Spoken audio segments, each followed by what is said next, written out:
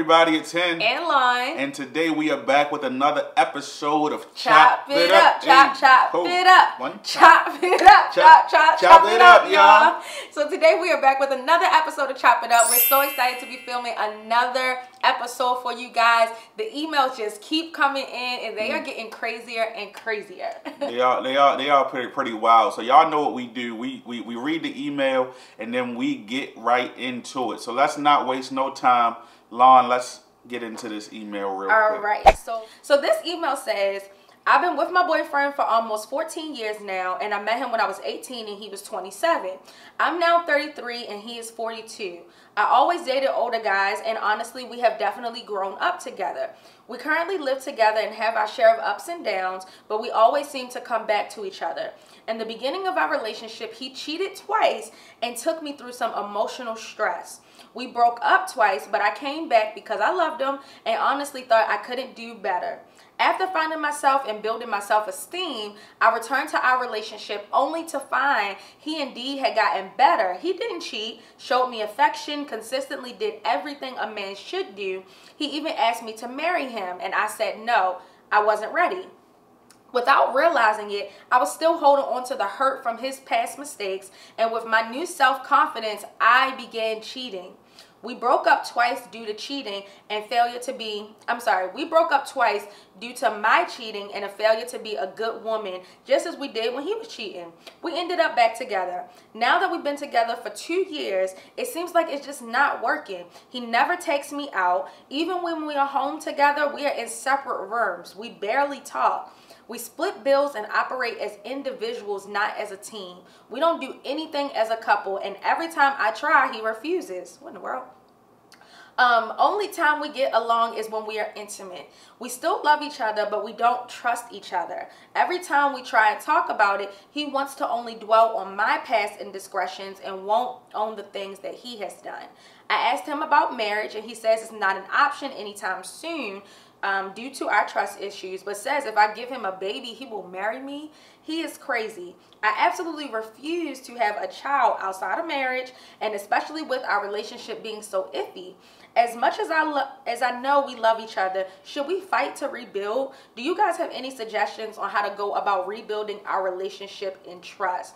If not, what's your advice for my fear of having to start all over? Either way, I'm 33 and I do want kids one day in marriage. So something has to give. Please help.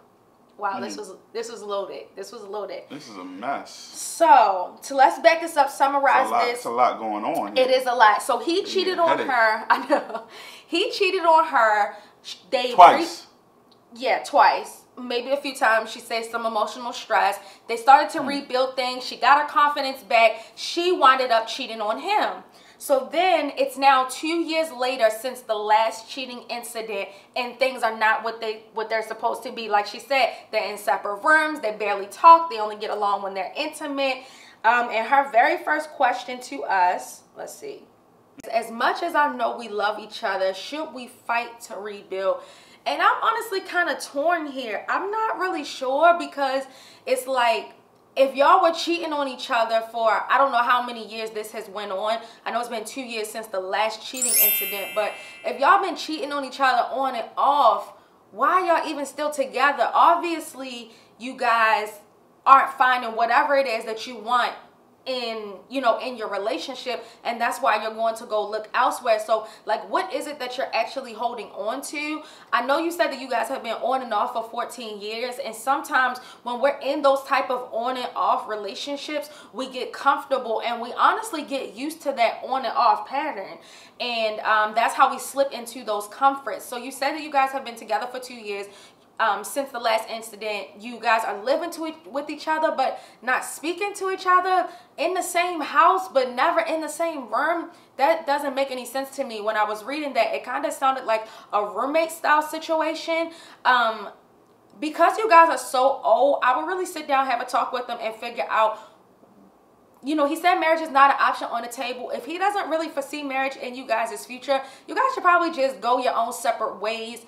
You seem like roommates, and you seem like you're just stuck in this on and off rut, and I don't think it's going to get any better. I think you guys are just wasting your time, and I think it's evident to you from what you said in your email. So from my perspective, I would need to understand, the context of the cheating, and I mean, basically, based off what you put in the email, it almost seems as like y'all on two different pages. He cheated, attempted to marry you after cheating. You said no. Then you go back and you cheat, and now you talking about marriage, and he's saying no. It seems like a lot of games is being played, and tit for tat stuff. Like if y'all gonna move forward from something, y'all gotta move forward and not go back to the same issue that wreaked havoc on the relationship in the first place. And it's not to blame either person, but it's just like if you look at the dynamic of your relationship, what are you going to be building to? Like you talk about marriage, that's not a situation that you want to get married into. This is not how you want to start the foundation of your marriage. So you need to really understand, what is going. Like Lon said, it seems like a what's it called, a roommate situation. Yeah. Whereas though to me it sounds like a lot of games. Y'all playing house or whatever, but I think from a rebuild perspective, because our next question it's gonna be tough to rebuild if you saying that he cheated on you twice, and then you go back and you cheat on him twice. Like y'all done cheated 4 times. Like that y'all know about. Yeah, that y'all know about. So it's like, what trust? There is no trust. Right. And you can't build marriage without trust. That's a nightmare. Yeah, I think that's the biggest point. Like, I feel like everybody has a past, and I feel like everybody, if you guys really actually want to work on rebuilding, I don't think that the cheating in the past has to determine your future. Because, I mean, cheating happens every day, but if you really want to put in the work. Hold on, cheating happens every day. Not in this household, but people cheat on people every day. Celebrities get cheated on. Y'all better pay attention to what your people say. Celebrities get cheated on. Jay-Z cheated on Beyonce. Offset cheated on Cardi B. And I'm not saying that doesn't make it right. No, I'm not saying that to say that. It doesn't mean that you have to accept it because it happens. No, I'm not saying that to say that. I'm saying that to say you see. No, I don't think that's not what I'm saying. What I'm saying is you see that. Those are examples of relationships where people have cheated and they chose to move forward, and they may be living, I can only tell from the outside looking in, they may be living their best lives. So I'm saying it's possible for you to move past cheating. Even, what's her name? Erica Campbell and Warren Campbell. Did you know he cheated on her when they first started dating? Yes. He actually had another woman pregnant. They were vocal about this. He got another woman pregnant, and unfortunately, his mistress lost the child, so they never even had to go down that road. But I'm saying, when you make the effort, you guys can truly work to rebuild it. I'm not an advocate for moving past things that, after people have cheated, because I feel like once a cheater, always a cheater. But again, if you guys want to move past it, I definitely think some counseling needs to happen. I definitely think some serious talks need to happen. And I definitely think y'all need to, literally wear your emotions on your sleeve and let each other know what realistically do you want to look forward to at the end of this relationship, period. Because y'all too old for these games. And oftentimes in the rebuilding phase, when something happens like that, you tend to sweep it under the rug, not talk about it. You have to talk about it. Because you can't pretend like it didn't happen. It happened, and talking about it will help you heal from the pain of that it caused. So I think in that rebuilding phase, y'all really need to sit down and start talking about how you will rebuild the trust if that's something that you choose to do. I agree. Oh, and Pastor John Gray and his wife, he was cheating up a storm, but that's neither here nor there. But I'm just saying, just because cheating has happened in the past, that does not automatically shut off the limits for rebuilding if you genuinely want to rebuild. But it's going to take a lot of work. She said, if we don't suggest her to rebuild, what is our advice for her fear of having to start over? Girl, you said you how old? You 33. Don't be scared. Don't be scared at all. Do not be scared. Now, girl, right now is the time you need to be living. 33 is not 33 is not that old. You don't have no kid. Girl, you don't have no kids. Get out there, hang out with your single friends, meet some people, date around, exchange numbers, live your life. Like, it's so much more than life than this on and off 14-year relationship that you're not even getting everything you want out of. Yo, what I used to say when I was single, this is my last point. Don't beg one man to do anything that you want them to do. Do not beg. There are a million other men who will be so glad to do anything you act. Like, there are men out there that exist that will be happy to take out the trash, that will be happy to be faithful to you, that will be happy to have sex with you, that will be happy to live with you and talk to you while you're in your own daggone house and not be in the same house not speaking. The same thing you be begging a guy to do, a million other people will do it.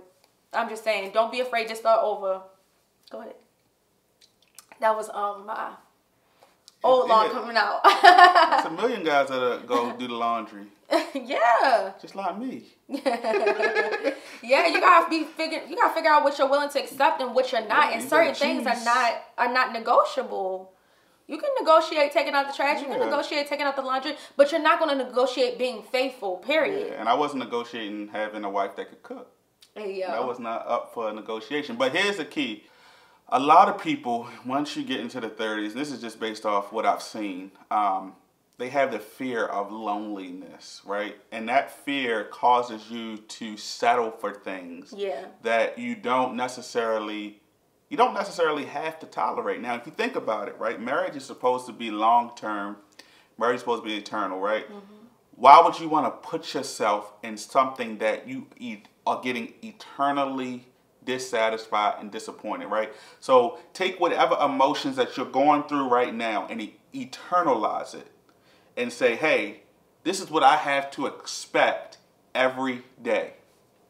And then determine loneliness or expecting how I feel, frustrated, mad, like all of those feelings, and say, if I got to be lonely for a little while I get myself together, or I got to deal with this every day. But she's technically already lonely. They don't even talk the house that they're in. So that's a stepping stone for you. Basically going to be going through what you're going through right now, but by yourself. You don't got to be in somebody's face in the same daggone house. Right. And so, that's crazy. Like what Lon said, you taking that lonely step is only a step, right? So you got to look at it like that. You're taking that step to better yourself and to also put yourself in a situation where you don't have to settle for all of these things that you set as an expectation. Yeah. Oftentimes people settle into relationships and settle into situationships because they feel as though, oh, I'm not going to find it ever again. But what you found is not what you don't want to find it ever again. You know what I'm saying? Yeah. If you're going through all of this heartache and pain, that's not what you want to find. But you got to get yourself together first. Get yourself right. Build your self-esteem, like you said, your confidence, and get out there and kind of just enjoy your life and let it find you. Yes. And then you'll see, like, oh wow, like I'm glad I didn't settle for me having low self-esteem, me degrading myself, me making myself fit into this thing, me having to beg somebody to marry me. No, I don't got time for that. Yeah. But you got to see that in yourself, and you got to have the confidence to step away and realize that loneliness is just a step. So in summary, we're going to give our final piece of advice. My final piece of advice for you, I think you should honestly just dead the situation. My heart of hearts is telling me to just tell you to dead the situation. You have been with this guy for 14 years. That's since you were 20 years old. You're 33 now, and look at what all has transpired. Look at everything that you have accomplished in this relationship, and look at everything else that you're still looking to accomplish, and where does your relationship fall on that scale? I don't think it's going to be far. I don't think that you probably accomplished much in that 14 years. It kind of speaks for itself for where your relationship is now. So I would just say, they're the situation. You guys are probably so comfortable. You're so used to the on and off. Cut it off and don't cut it back on, and go out there, live your best life, and have fun being 33, childless, girl. Travel, see the world, meet new friends, meet new people, and just do your own thing.